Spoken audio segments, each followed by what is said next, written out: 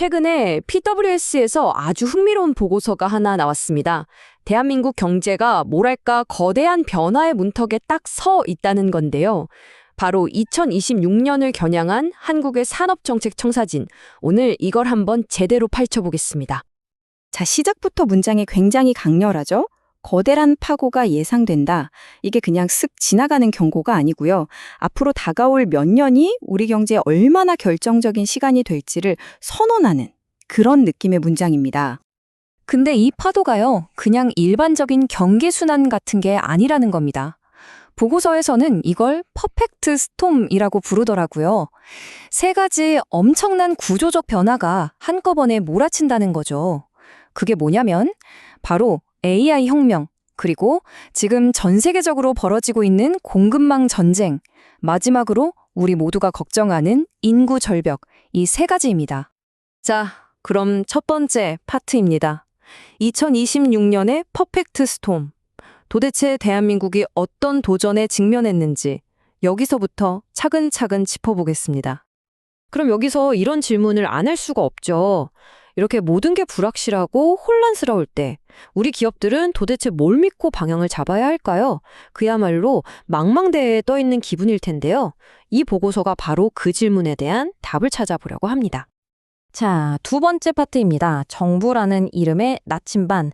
과연 그 나침반이 뭘까요? 보고서의 핵심 주장을 지금부터 살펴보시죠.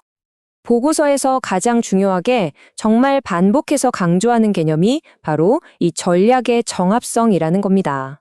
이게 무슨 말이냐면요. 이제는 기업의 생존과 성공이 단순히 제품 잘 만들고 마케팅 잘하는 걸 넘어서 우리 회사의 전략이 국가 전체의 산업 정책 방향과 얼마나 딱 들어맞느냐, 여기에 달려 있다는 거예요. 여기서 보고서가 정말 기가 막힌 비유를 하나 드는데요.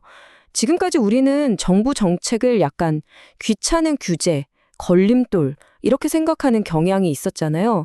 근데 이제 그게 아니라는 거죠. 정책은 이 거친 폭풍우를 뚫고 나아가기 위한 필수적인 지도, 바로 해도라는 겁니다. 관점의 전환이 필요한 시점인 거죠. 자, 그럼 이제부터가 진짜 재밌어집니다. 이 개념이 그냥 뜬구름 잡는 얘기가 아니라는 걸 보여주는 핵심 증거들을 살펴볼 텐데요. 4개의 아주 중요한 산업, 이 격전지에서 지금 어떤 일들이 벌어지고 있는지 한번 구체적으로 들여다보겠습니다. 첫 번째 격전지는 바로 인공지능, AI입니다. 생각해보세요. 거의 현실의 모든 규칙을 다시 쓰고 있는 이 기술을 과연 국가는 어떻게 다뤄야 할까요? 이건 정말 모든 나라에 주어진 엄청난 숙제입니다. 이 문제에 대한 한국의 대답은 아주 명확히 보입니다. 최근에 나온 AI 기본법을 보면 알 수 있는데요. 유럽이나 중국처럼 빡빡하게 규제부터 하는 게 아니라 지능, 즉 일단 키우는 쪽에 무게를 두고 있어요. 규제는 최소한으로 하고 일단 성장의 길을 터주겠다는 거죠. 자, 다음 격전지는 자동차 산업입니다. 다들 아시겠지만 지금 자동차 업계는 그야말로 지각 변동의 한가운데에 서 있죠. 전기차, 자율주행차라는 이 거대한 파도 앞에서 기존의 강자들도 정신을 못 차리고 있습니다. 이 표를 한번 보시죠. 정말 많은 걸 보여주는데요. 팬데믹 이전인 2019년이랑 비교했을 때 도요타는 겨우 100% 회복했고 현대차 그룹은 95% 수준입니다. 폭스바겐, GM은 오히려 역성장했죠. 그런데 저기 BYD를 보세요. 성장률이 말이 안 되는 수준입니다. 거의 300%에 가깝죠. 이게 지금 자동차 시장의 현실을 그대로 보여주는 겁니다.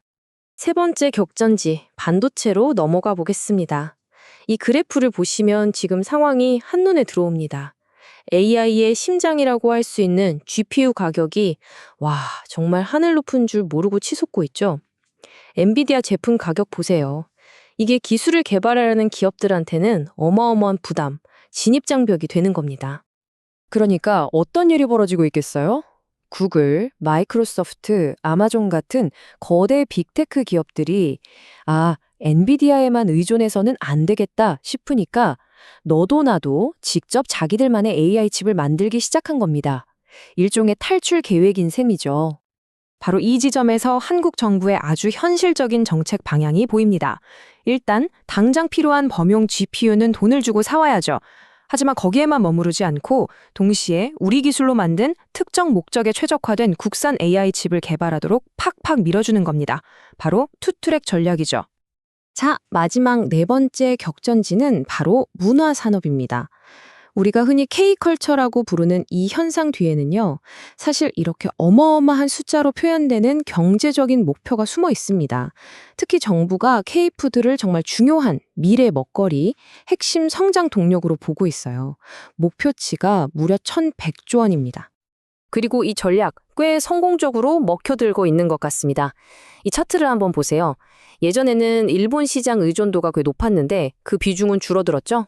대신에 미국이나 유럽 시장 비중이 눈에 띄게 늘었습니다. 한 나라에만 목매는 게 아니라 이렇게 수출 시장을 성공적으로 다변화하고 있다는 아주 좋은 신호입니다. 자, 이제 결론으로 가보겠습니다.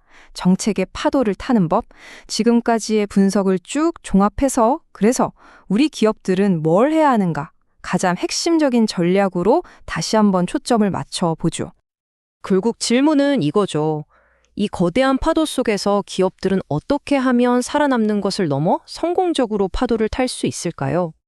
보고서는 아주 명쾌하게 3단계 생존 전략을 제시합니다. 첫째, 시장 다변화, 특정 국가에 대한 판매나 공급 의존도를 줄여야 합니다. 둘째, 공급망 확보, 여러 곳에서 부품을 조달하고 핵심 부품은 아예 국내에서 생산하는 방안도 생각해야죠. 그리고 마지막, 가장 중요한 셋째, 바로 정책과의 연계입니다. 국가 전략을 우리 회사 계획의 일부로 통합시켜야 한다는 겁니다. 오늘 이야기의 핵심 메시지를 다시 한번 이 문장으로 강조하고 싶네요. 정책은 리스크를 피하는 방패가 아니라 변화를 읽는 나침반이다. 이제 정책을 피해야 할 대상이 아니라 미래를 내다보는 가장 중요한 도구로 활용해야 한다는 뜻이겠죠. 4. 마지막으로 이 질문을 여러분께 던지면서 오늘 이야기를 마무리할까 합니다. 이렇게 전 세계가 요동치는 대격변의 시대에 어쩌면 한 국가의 산업 정책이야말로 기업과 나라의 운명을 결정짓는 궁극의 경쟁 우위가 되는 건 아닐까요? 한 번쯤 깊이 생각해 볼 만한 질문인 것 같습니다.